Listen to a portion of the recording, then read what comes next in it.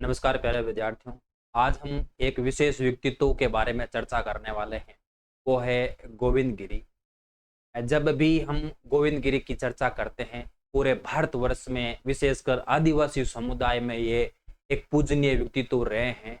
उनके ऐसे कार्य थे, पीढ़ियों को शिक्षित करने का इन्होंने प्रयास किया था, पीढ़ियों को संगठित करने का प्रयास किया था। गोविंद गिरी का जीवन निश्चित रूप से हमारे लिए एक प्रेरणा का स्रोत है। तो गोविंद गिरी का लेक्चर मुझे लगता है कि ऑफलाइन बैच में मैंने बड़े शानदार ढंग से इसको पढ़ाया था, और ऑनलाइन वाले विद्यार्थियों के लिए भी एक डेमो क्लास के रूप में मैं प्रस्तुत कर रहा हूँ। उम्मीद है कि आप कॉन्सेप्ट समझ पाओ कि ये गोविंद गिरी का वास्तव में ही चीज क्या है। पूरा कॉन्सेप्ट मैं आपको समझाने का प्रयास करूंगा। जब भी हमारे गोविंद गिरी की बात आती है, इनका एक तो सबसे पहले हम पढ़ते हैं कि जीवन परिचय। सबसे पहले हम पढ़ते हैं जीवन परिचय।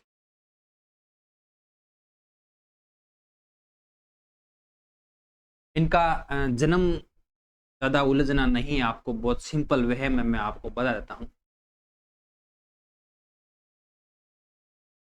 1858 में होता है। स्थान आपको याद रखना है, बेड़सा ग्राम। बेड़सा कहीं कहीं किताबों में देखना मिलता है बांसिया गांव, कहीं कहीं किताबों में मिलता है बांसिया गांव। कहाँ पे पड़ता है? डूंगरपुर। कहाँ पे पड़ता है? डूंगरपुर। गोविंद गिरी के बारे में एक सिंपल सा एग्जाम में प्रश्न आता है कि गोविंद गिरी का जन्म किस स्थान पे हुआ था। तो गोविंद गिरी का जन्म 1858 में विद्यार्थियों ये बेड़सा ग्राम में। परिवार का पूछ ले, रीट पात्रता 2022 में, ये 18 में शायद प्रश्न आया था कि ये बंजारा परिवार से थे। कौन से थे? बंजारा परिवार से। बंजारा परिवार से थे। इनके गुरु का नाम याद रखना विद्यार्थियों।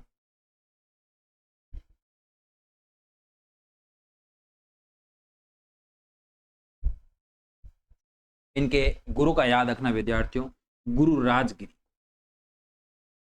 गुरु राजगिरी।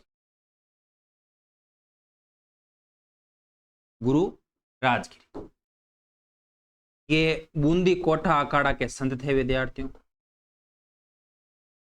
बूंदी कोठा अखाड़े के संत। कई बार ये गुरु वाली बात एग्जाम में कंपटीशन अभी तक पूछी हुई नहीं है कि गोविंद गिरी का गुरु कौन था। तो गुरु राजगिरी था विद्यार्थियों।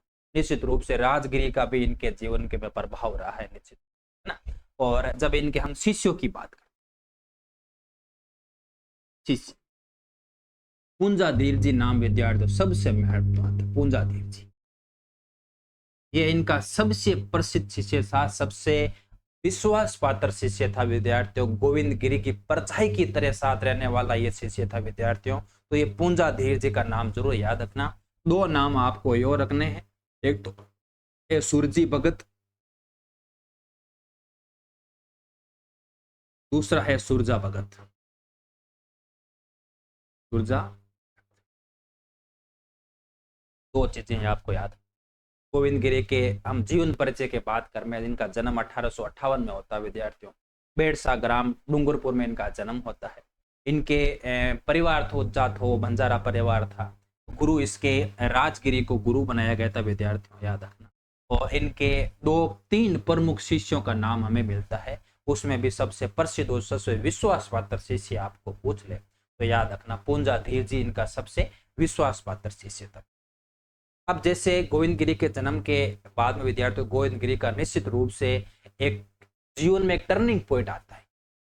जीवन में एक टर्निंग पॉइंट आता है, उसमें दो चीजें हम डिस्कशन करेंगे। यहाँ पे मैं इसको थोड़ा छोटा कर देता हूँ, इसके नीचे लिख देता हूँ।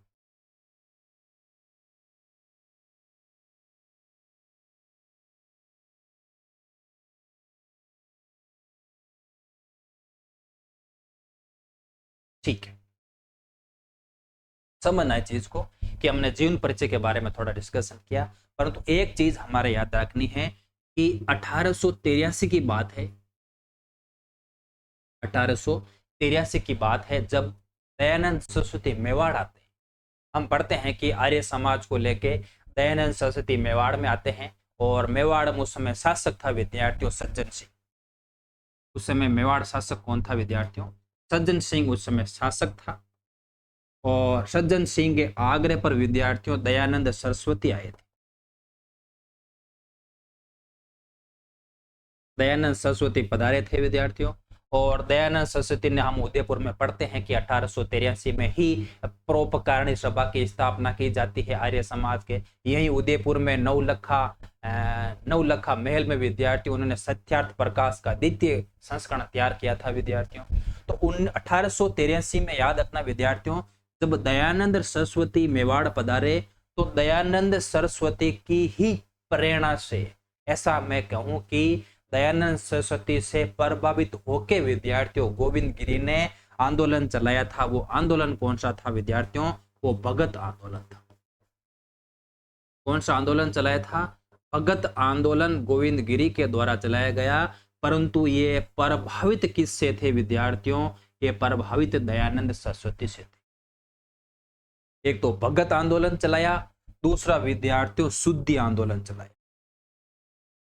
दूसरा शुद्धि आंदोलन भी इनके द्वारा चलाया गया था और दयानंद सरस्वती से ही प्रभावित होकर इन्होंने भीलों को संगठित करने का कार्य किया था। तो गोविंद गिरी के जीवन विद्यार्थियों ये एक टर्निंग पॉइंट रहा है 1883 का वर्ष, जिस समय दयानंद सरस्वती उदयपुर आते हैं। इनके विचारों से वो प्रभावित होते हैं और कहते हैं कि इसके बाद में भीलों को संगठित करने का कार्य किया और इन्होंने द्वारा जो भगत आंदोलन चलाया था विद्यार्थियों वो गोविंद गिरी के द्वारा चलाया गया।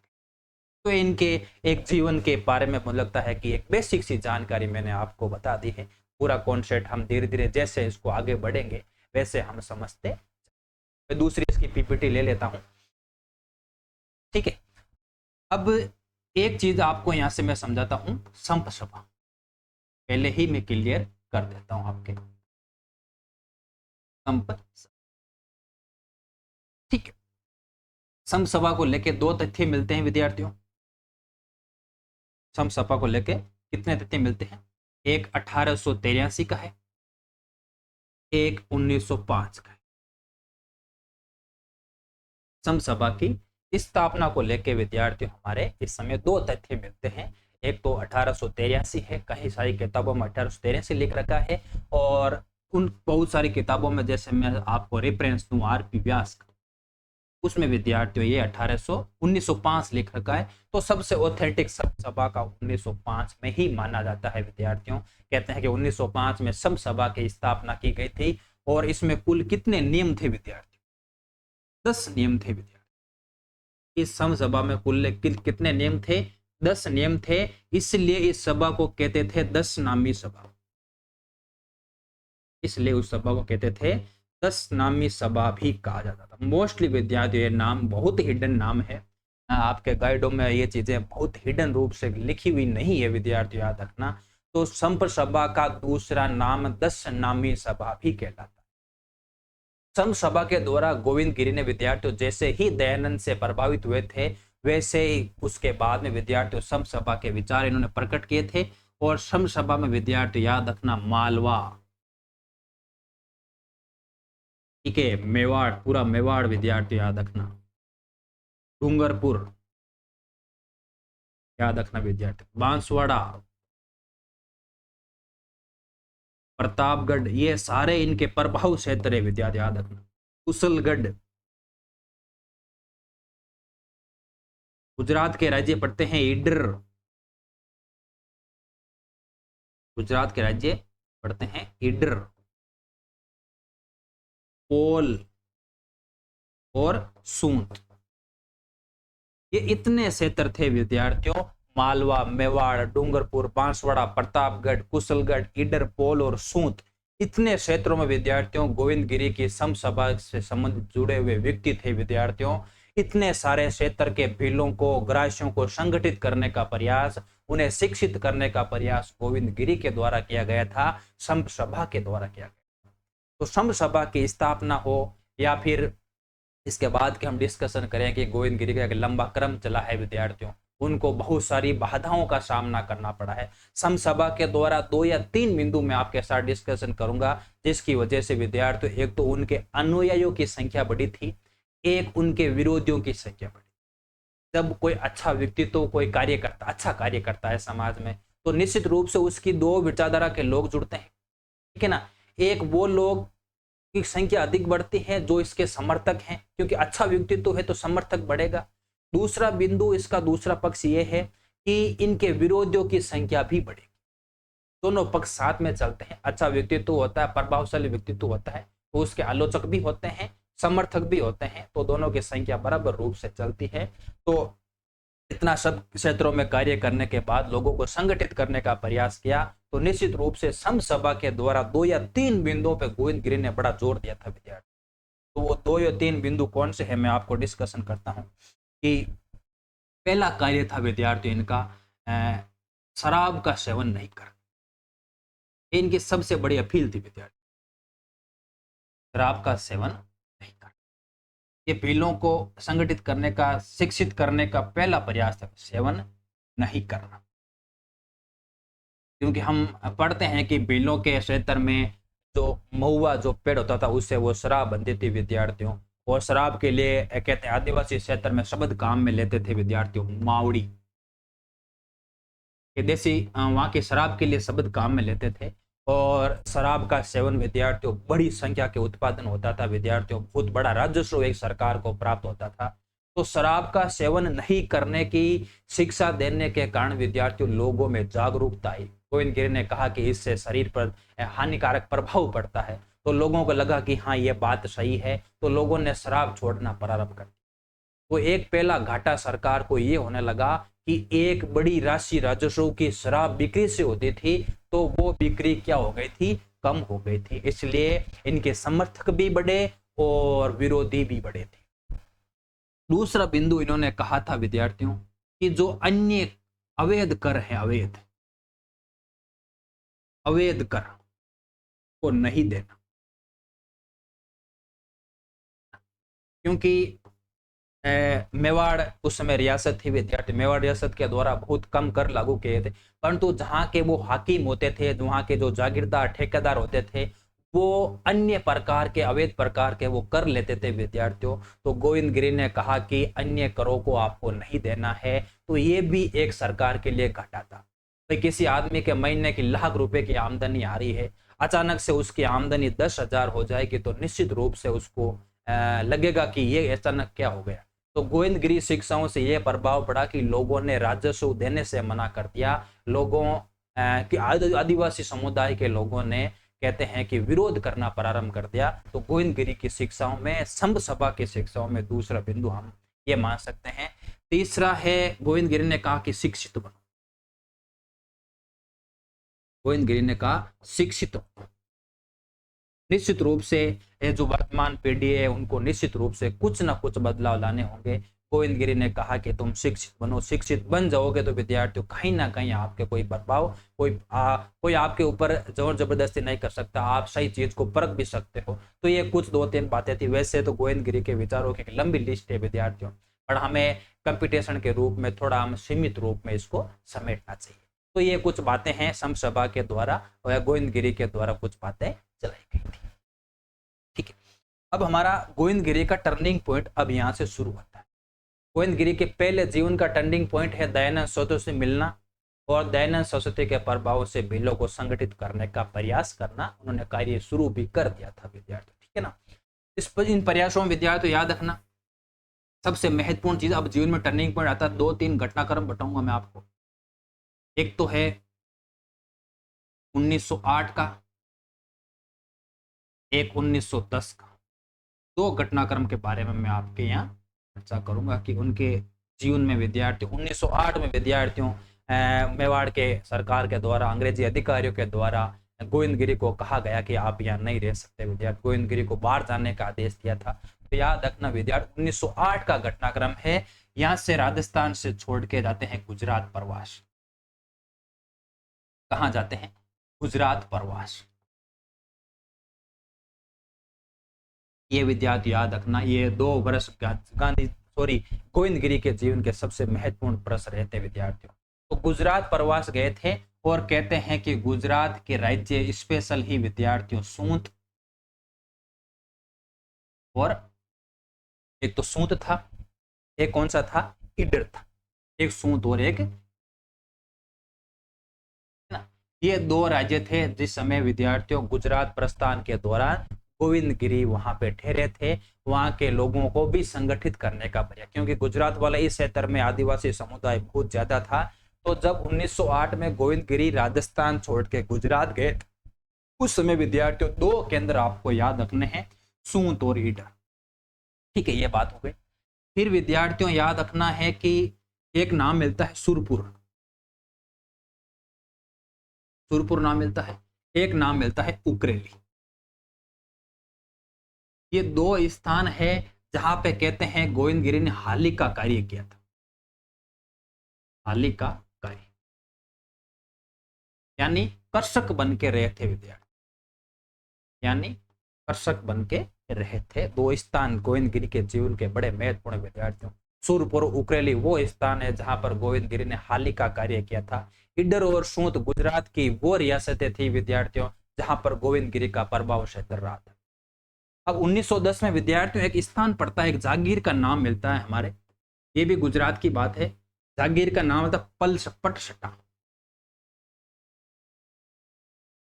पटसटा जागीर थी विद्यार्थियों। वहां के जागीरदारों के खिलाफ विद्यार्थियों गोविंदगिरी ने जागीरदारों के खिलाफ विद्यार्थियों गोविंदगिरी ने आंदोलन किया था।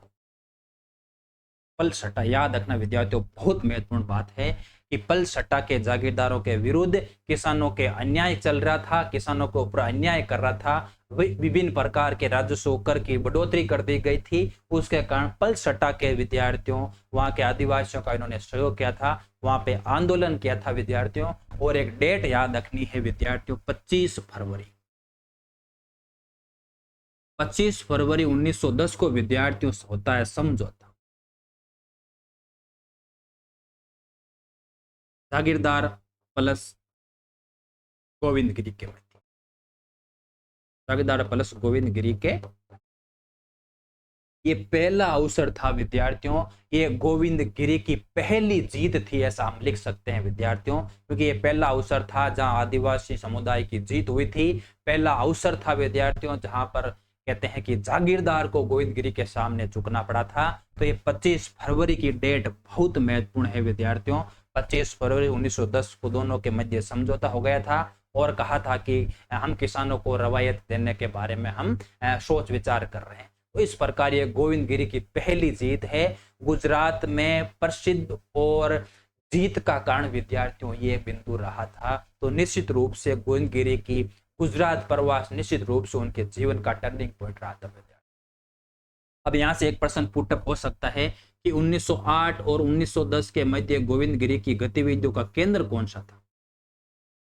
तो याद रखना विद्यार्थियों, गतिविधियों का केंद्र बड़ा स्थान पूछ ले तो याद रखना गुजरात था।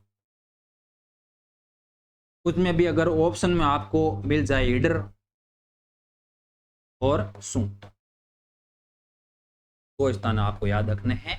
1908 और 1910 के मध्य गोविंदगिरी की गतिविधियों का केंद्र पूछ ले विद्यार्थियों तो वो ईडर और सूंत था, और गुजरात जिला भी, गुजरात राज्य भी हम इसको कह सकते। ये इस प्रकार विद्यार्थियों गोविंदगिरी का गुजरात प्रवास था। 1910 में वहां पे समझौता हो गया। गोविंदगिरी को कहा भाई कि आप यहाँ से जाइए वरना हमारे किसान और समझदार हो जाएंगे, है ना। भाई जहां भी जाते थे उनको शिक्षित करने का प्रयास करते, और जागीरदारों ने भी यही सोचा कि जितना जल्दी हो सके इनको यहाँ से रवाना करो, वरना और शिक्षित हो गए तो और दिक्कत हो जाएगी विद्यार्थियों, जितना राजस्व मिल रहा है वो भी नहीं मिल पाएगा, ठीक है ना। तो गोविंदगिरी वापस विद्यार्थियों राजस्थान आते हैं, और 1911 और 12 का घटनाक्रम आप समझना। 1911 की बात है विद्यार्थियों, गोविंदगिरी आते हैं वापस डूंगरपुर। गोविंदगिरी वापस कहाँ पे आते हैं, डूंगरपुर आते हैं, और डूंगरपुर में आते ही विद्यार्थियों इन्होंने अपनी धुनी स्थापित की। धुनी स्थापित, याद रखना यह प्रश्न एग्जाम में पूछा जा चुका है कि गोविंदगिरी ने अपनी धुनी कहाँ पे स्थापित की थी। तो याद रखना विद्यार्थियों बेड़सा ग्राम में की, बेड़सा गांव। ठीक है, ये 1911 की बात है विद्यार्थियों। वैसे तो धुनी उन्होंने जब से जागृति का कार्य प्रारंभ किया था तब से ही उन्होंने दुनिया स्थापित करना प्रारंभ कर दिया था, परंतु गुजरात से जैसे ही वापस आए निश्चित रूप से वो सीधा ही बेड़सा ग्राम में आए थे और बेड़सा ग्राम में इन्होंने धुनी स्थापित की थी विद्यार्थियों। यहां से एक चीज याद रखनी है, भगत पंथ। भगत पंथ ये भी विद्यार्थियों तथ्यात्मक रूप से बहुत महत्वपूर्ण है। इसकी स्थापना 1911 में की जाती है और स्थान पूछ ले तो आपको याद रखना है बेड़सा ग्राम। ठीक है, भगत पंथ की स्थापना 1911 में होती है और बेड़सा ग्राम में गोविंद गिरी के द्वारा स्थापना की जाती है। अब भगत पंथ की विद्यार्थियों अनेक शाखाएं खोली गई। गोविंद गिरी ने अपने आंदोलन का अब धीरे धीरे विस्तार करना शुरू कर दिया था। कहते हैं कि गोविंद गिरी ने अनेक शाखाएं खोली थी और प्रत्येक शाखा पर विद्यार्थियों इन्होंने कोतवाल नियुक्त किया था। प्रत्येक शाखा पर क्या नियुक्त किए थे? कोतवाल नियुक्त किए थे विद्यार्थी। जैसे प्राचीन समय में किसी गांव का मुख्य होता था कोतवाल, उसी प्रकार विद्यार्थियों गोविंद गिरी ने कहते हैं कि प्रत्येक शाखाएं खोली थी भगत पंथ की और भगत प्रत्येक शाखा पर कोतवाल नियुक्त किए थे। कोतवाल का कार्य था विद्यार्थियों बिलों को घर घर जाके संगठित करना, बिलों के आपसी मेल मिलाप को बनाए रखना। बहुत सारी ऐसी सभाएं आयोजन की जाती थी गांव गांव में जहां बिलों को संगठित करने का कार्य किया गया था। तो ये कोतवालों का विद्यार्थियों गोविंद गिरी के विचारों को फैलाने में सबसे बड़ा योगदान रहा था। तो 1911 और 12 का घटनाक्रम याद रखना विद्यार्थियों। 1911 और 12 गिरी की गतिविधियों केंद्र कौन सा रहा था? याद रखना,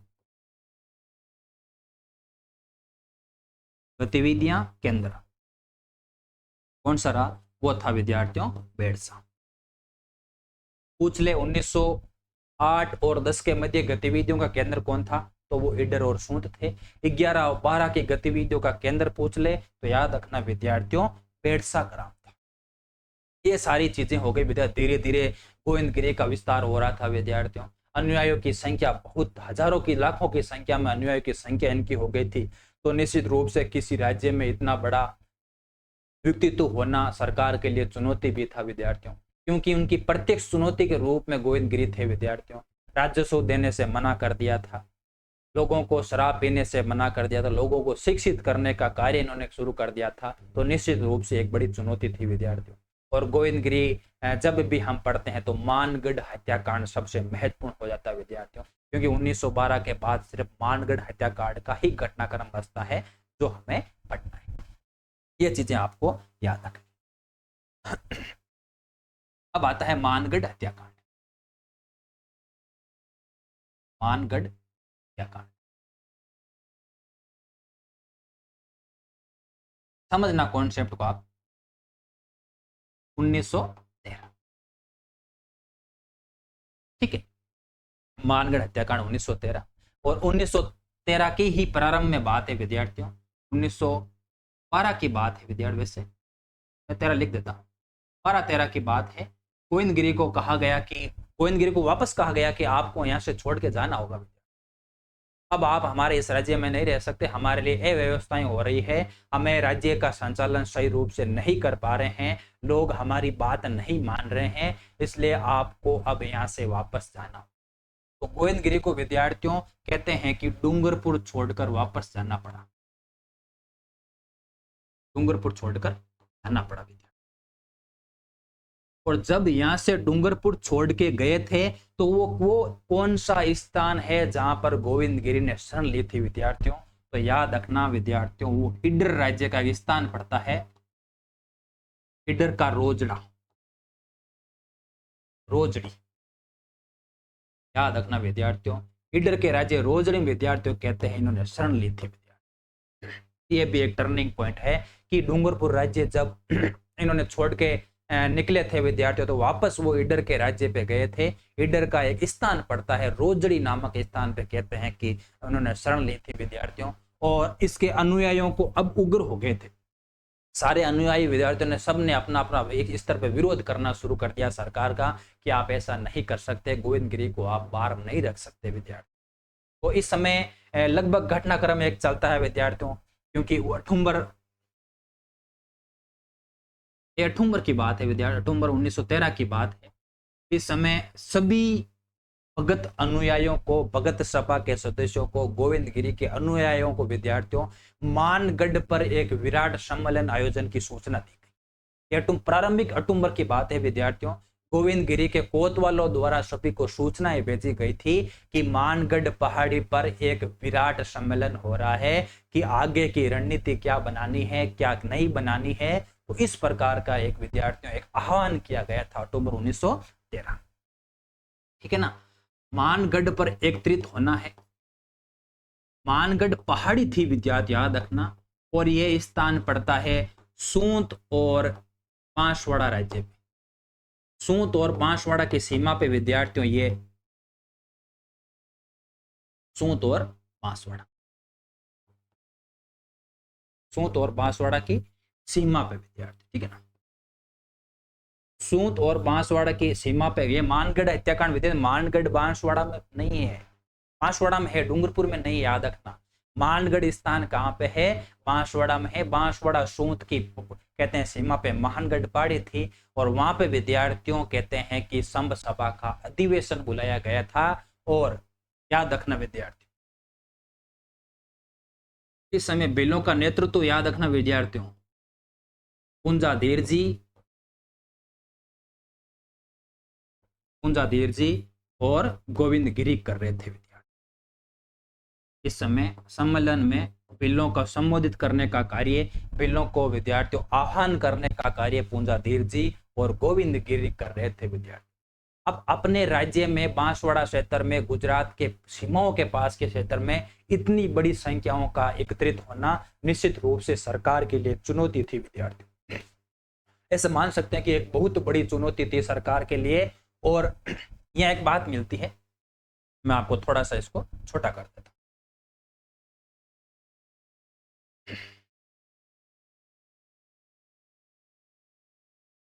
ठीक है ना।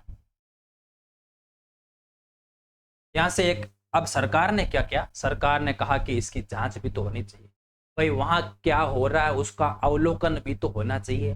क्या नहीं हो रहा, क्या गतिविधि हो रही है, कितने संख्या लोगों की है, क्या उनके पास हथियार है, क्या उनके पास साधन है, क्या वो युद्ध करने के लिए एकत्रित हो रहे हैं। इस प्रकार की सरकार ने सूचना प्राप्त करने के लिए विद्यार्थियों 30 अक्टूबर की बात है, 30 अक्टूबर 1913 की बात है विद्यार्थियों, जब सूंत की पुलिस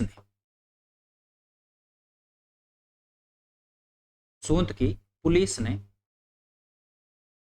अपने दो व्यक्ति भेजे थे विद्यार्थी।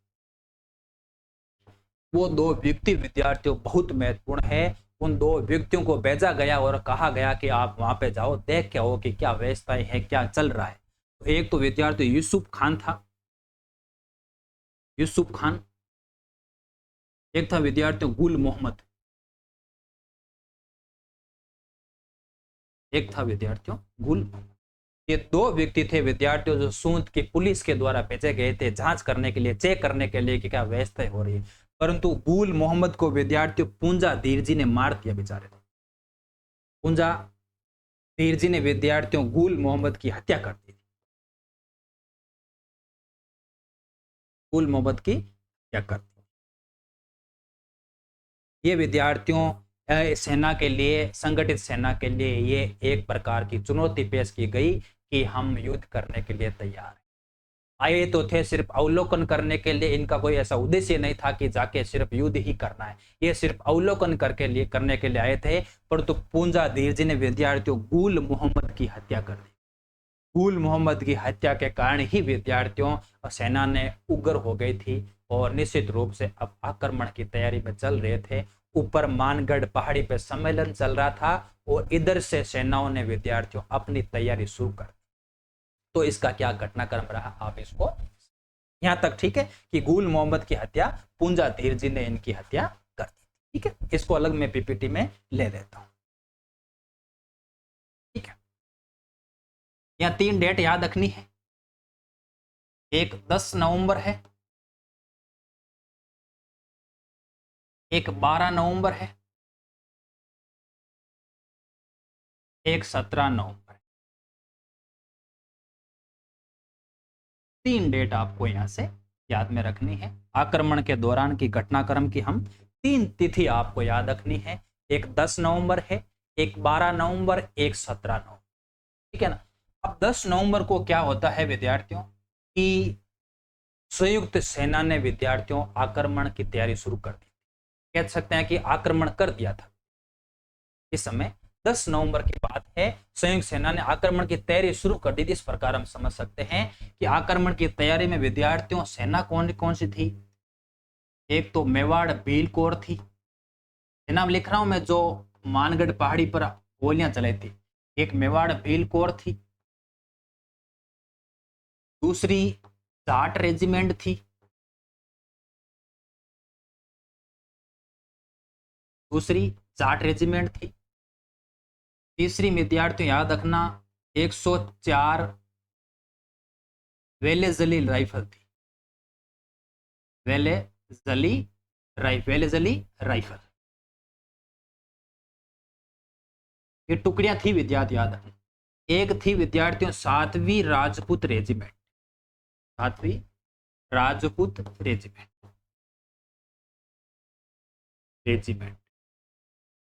ये इतनी विद्यार्थियों उस समय सेना संगठित की गई थी मानगढ़ पहाड़ी पर आक्रमण कर लेके विद्यार्थियों। और याद रखना इन संयुक्त सेना का नेतृत्व करता कौन था विद्यार्थियों, तो वो याद रखना मेजर हैमिल्टन था। याद रखना इन सभी सेनाओं का विद्यार्थियों नेतृत्व करता, कभी एग्जाम में पूछ लेना तो याद रखना विद्यार्थियों मेजर हैमिल्टन था।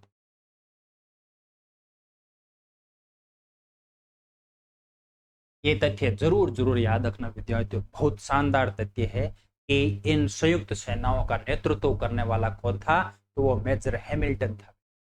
इन सभी सेनाओं ने मेवाड़ भील कोर, जाट रेजिमेंट, 104 वेलेजी राइफल, 7वीं राजपूत रेजिमेंट ने मिलकर विद्यार्थियों कहते हैं कि इन भीलों पर आक्रमण किया था। इन भीलों पे आक्रमण किया था। ठीक है ना। भीलों पे आक्रमण किया था, यहां तक आपके बात समझ में।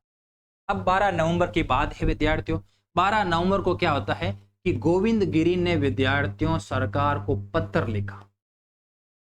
गोविंद गिरी ने पत्र लिखा विद्यार्थियों कि गोविंद गिरी ने कहा कि हम मानगढ़ पहाड़ी पे कोई युद्ध की तैयारी नहीं कर रहे हैं। यहाँ पे हम कोई सरकार से बदला लेने की कार्रवाई नहीं कर रहे हैं। हम और सिर्फ हम अपने विचारों को हम कैसे संगठित हो सके ऐसा कुछ प्रयास हम कर रहे हैं। और इस पत्र में विद्यार्थियों कहते हैं कि कुल 33 शर्तें थी। कितनी? कुल कितनी? 33 शर्तें थी विद्यार्थियों। इस पत्र में गोविंद गिरी ने विद्यार्थियों कहते हैं कि कुल 33 शर्तें इन्हें पेश की थी, परंतु बाद में आक्रमण कर दिया गया। और मानगढ़ हत्याकांड विद्यार्थियों 17 नवंबर 1913 को संपन्न हुआ था। मानगढ़ हत्याकांड विद्यार्थियों कब हुआ था? 17 नवंबर 1913 को मानगढ़ पर गोलाबारी की गई थी।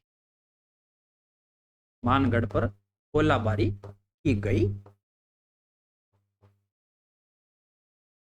तो तीनों डेट याद रखनी विद्यार्थियों। आक्रमण कब शुरू हुआ था? 10 नवंबर को कर दिया था मेजर हैमिल्टन के नेतृत्व में। 12 नवंबर 1913 को विद्यार्थियों गोविंद गिरी ने पत्र लिखा था। 33 शर्तें इन्होंने विद्यार्थियों इस समय चर्चा की थी विद्यार्थियों। 17 नवंबर को विद्यार्थियों मानगढ़ हत्याकांड हो जाता है। मानगढ़ विद्यार्थियों एक पहाड़ी क्षेत्र था। इस प्रकार हम कहते हैं कि जलियांवाला बाग हत्याकांड का घटनाक्रम पढ़ते हैं तो जलियांवाला बाग हत्याकांड के विद्यार्थियों वही बिंदु रहा है कि उनका प्रवेश का एक ही मार्ग था। उन प्रवेश द्वार से विद्यार्थियों गोलियां चलाई गई तो लोगों ने कुएं में कूद के जान दे दी थी। उसी प्रकार विद्यार्थियों मानगढ़ पहाड़ी पर वापस उतरने का कोई एक ही रास्ता था। उसी रास्ते से विद्यार्थियों हैमिल्टन के नेतृत्व में गोलियां चलाई गई थी। और कहते हैं कि भील स्त्री पुरुष विद्यार्थियों हजारों की संख्या में मारे गए। लाखों की संख्या में विद्यार्थियों कहते हैं कि घायल हुए थे। पहाड़ी से कूद कूद के अपनी जान बचाई थी विद्यार्थियों। इसलिए मानगढ़ हत्याकांड को कहते हैं भारत का दूसरा जलियांवाला बाग हत्याकांड। इसलिए इसको कहते हैं कि भारत का दूसरा जलियांवाला बाग हत्याकांड की संज्ञा भी इसको जाती है। अब मानगढ़ हत्याकांड में कितने क्या शहीद हुए, कितनों पर कार्रवाई हुई, क्या घटनाक्रम रहा है, उसका मैं अलग से एक पीपीटी में आपको बता देता हूं। ठीक है। अब मानगढ़ हत्याकांड का पूरा आप सोर्स पढ़ना कि मानगढ़ हत्याकांड में हुआ क्या। कुल शहीद विद्यार्थी याद रखना, कुल शहीद कितने हुए थे, 1500 हुए थे विद्यार्थी। सरकारी रिपोर्ट में क्या कहा गया, सरकारी रिपोर्ट, सरकारी रिपोर्ट में कहा गया कि सिर्फ 100 मरे,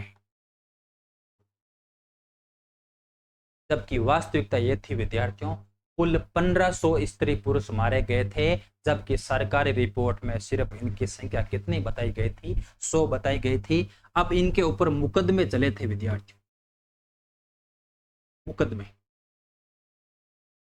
900 लोगों के खिलाफ 900 लोगों को गिरफ्तार किया गया, ऐसा कह सकते हैं कि बंदी बनाया गया। 900 लोगों को तो बंदी बनाया गया विद्यार्थियों, और जिसमें से 800 को रिहा किया गया, छोड़ दिया। 800 को क्या कर दिया गया, छोड़ दिया गया। और अब बाकी बचे 100 लोगों पे विद्यार्थियों मुकदमे दर्ज हुए, मुकदमे दर्ज होते हैं विद्यार्थियों, में कह सकते हैं कि केस दर्ज हुआ था ना। 800 लोगों को तो बरी कर दिया था, 100 लोगों पे मुकदमे दर्ज होते हैं, और कहते हैं कि 24 लोगों को सजा सुनाई गई थी। 100 में से कितने लोगों को, 24 लोगों को सजा दी गई। ठीक, ये तथ्य थोड़ा याद रखना। किताबों में 25 मिलते हैं, परंतु जब सजा सुनाई जा रही थी विद्यार्थियों, कहते हैं कि एक कैदी की वहां पे मृत्यु हो गई थी। इस प्रकार 100 पे मुकदमे दर्ज हुए और 24 लोगों को सजा सुनाई दी गई थी। और यहाँ पे सबसे महत्वपूर्ण एक तथ्य मैं आपको ऐड करना चाहूंगा कि याचिकाकर्ताओं ओर से वकील, याचिकाकर्ताओं की ओर से वकील, कर्ता का वकील, विद्यार्थियों याद रखना, वकील बहुत महत्वपूर्ण बात है कि ये जो याचिकाकर्ता थे इनका वकील कौन था विद्यार्थी। आज याचिकाकर्ता मतलब कौन से, आदिवासी समुदाय के वो 24 लोग, 100 लोगों पे मुकदमा चला था, इनकी ओर से याचिका कौन कर रहा था, इनकी ओर से वो वकील जो पैरवी कर रहा था, याद रखना विद्यार्थियों बहुत महत्वपूर्ण है, अंतोष दास वकील, अंतोष दास, याद रखना बहुत तथ्य महत्वपूर्ण है, अंतोष दास वकील, अंतोष दास वकील। ठीक है,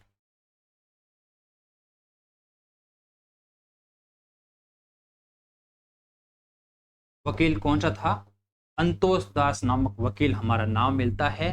तो याद रखना कुल शहीद 1500 हुए थे, सरकारी रिपोर्ट में संख्या 100 बताई गई थी। मुकदमे कहते हैं कि मुकदमे के लिए 900 लोगों को बंदी बनाया गया था, 800 लोगों को छोड़ दिया गया, 100 लोगों पे मुकदमे दर्ज हुए थे, केस चला था विद्यार्थियों, 24 लोगों को अंतिम रूप से सजा सुनाई गई थी। और अंतोष दास वकील ये याचिकाकर्ताओं की ओर से वकील था विद्यार्थी।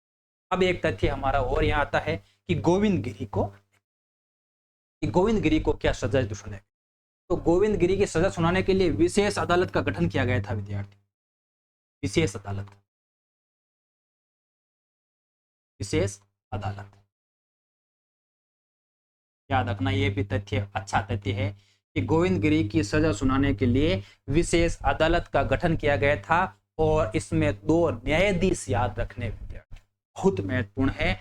इस अदालत में 2 न्यायाधीश कौन थे विद्यार्थी, जिन्होंने गोविंद गिरी को सजा सुनाई थी, न्यायाधीश, वो 2 न्यायाधीश जिन्होंने गोविंद गिरी को सजा सुनाई थी विद्यार्थी याद रखना, एक तो था William Allison,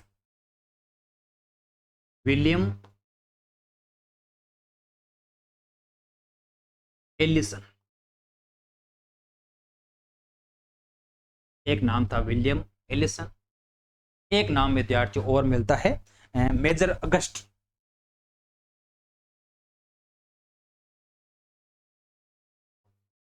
magus major Augustus कंपोल। ये विद्यार्थियों 2 विद्यार्थियों न्यायाधीशों के नाम आपको याद रखने हैं। ये आपके लिए थोड़ी सी नई जानकारी हो सकती है कि गोविंद गिरी को सजा दिलाने के लिए, गोविंद गिरी को सजा सुनाने के लिए विशेष अदालत का गठन किया गया था। और विशेष अदालत में दो मुख्य न्यायाधीश विलियम एलिसन और मेजर अगस्टस कंपोल नामक दो व्यक्ति थे विद्यार्थियों, जो सजा सुनाने वाले थे। अब विशेष अदालत के द्वारा विद्यार्थियों गोविंद गिरी को सजा कौन सी दी गई थी? मृत्यु दंड दिया गया था। मृत्यु दंड दिया गया था और कहते हैं कि इनको अहमदाबाद जेल में रखा गया।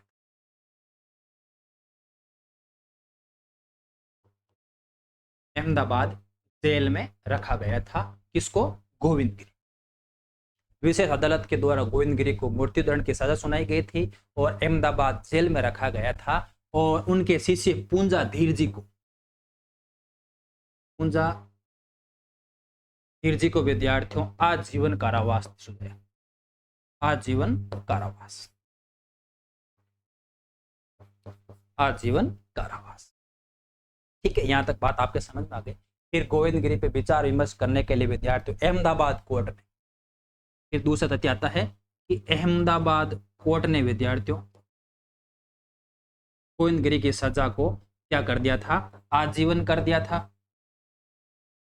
फिर बाद में सजा को घटा के विद्यार्थियों कितने वर्ष कर दिया गया था?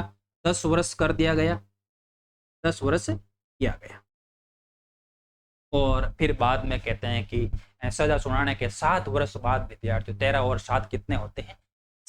कहते हैं कि 1920 में इनको रिहा कर दिया गया।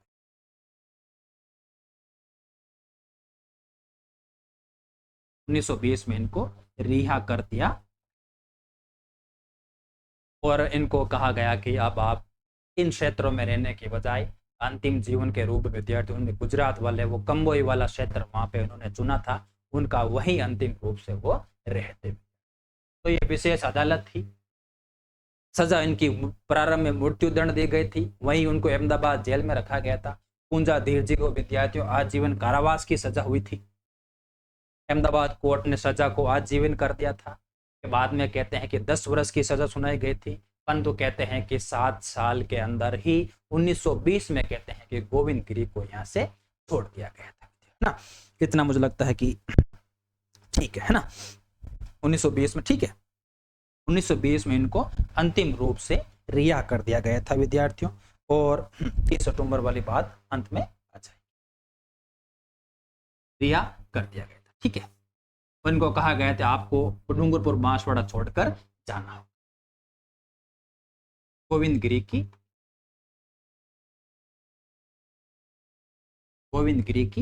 मृत्यु, गोविंद गिरी ने अपना अंतिम जीवन कहाँ बिताया था? एक को तथ्य यहाँ पे पूछ सकता है कि गुजरात का एक क्षेत्र पड़ता है विद्यार्थियों, वैसे लंबोई कंबोई भी पड़ता है, लंबोई भी कहते हैं। गुजरात का क्षेत्र पड़ता है विद्यार्थियों कंबोई। कहीं कहीं लोम्बार्डी भी नाम मिलता है, लोम्बार्डी। दोनों क्षेत्र आप याद रखें। गुजरात का कंबोई और लोम्बार्डी क्षेत्र में विद्यार्थियों इनका अंतिम जीवन बीता था। और 30 अक्टूबर 1931 को, 30 अक्टूबर 1931 को विद्यार्थियों इनका निधन हो जाता है, निधन हो जाता है। ठीक, ये जगह है, ठीक, कंबोई गुजरात का लिम्बड़ी, ठीक, ओके। 30 अक्टूबर 1931 को इनका निधन हो जाता है, ठीक है। तो पूछ ले कि इन्होंने अपना अंतिम जीवन कहाँ पे बिताया था? वो कंबोई नामक क्षेत्र था विद्यार्थियों। लंबोटी भी नाम मिलता है, गुजरात का क्षेत्र था। 30 अक्टूबर 1931 को इनका निधन हो गया। इस प्रकार विद्यार्थियों गोविंद गिरी का जीवन लीला समाप्त हुई थी। और आदिवासी क्षेत्र हो या राजस्थान हो या विश्व भारत हो, गोविंद गिरी का नाम विद्यार्थियों अमर हो गया। उनके प्रयास, उनके जो कार्य है विद्यार्थियों हमेशा ही स्मरण रहेंगे। और मैंने प्रयास किया है कि गोविंद गिरी को एक कम्पिटिटिव एग्जाम के रूप में कैसे आप देख सकते हैं, कंपटीशन एग्जाम में इनसे संबंधित कैसे क्या प्रश्न आते हैं, मैंने सारी चीज़ें आपके साथ डिस्कशन की है। उम्मीद है कि ये लेक्चर आपको समझ में आया होगा। और अगले वीडियो में ऑफलाइन क्लास में किसी और व्यक्तित्व से जब चर्चा करूंगा, उसको भी मैं आपके सामने प्रस्तुत करने का प्रयास करूंगा। आज के लिए इतना ही विद्यार्थियों, मिलते हैं अगले लेक्चर में। धन्यवाद।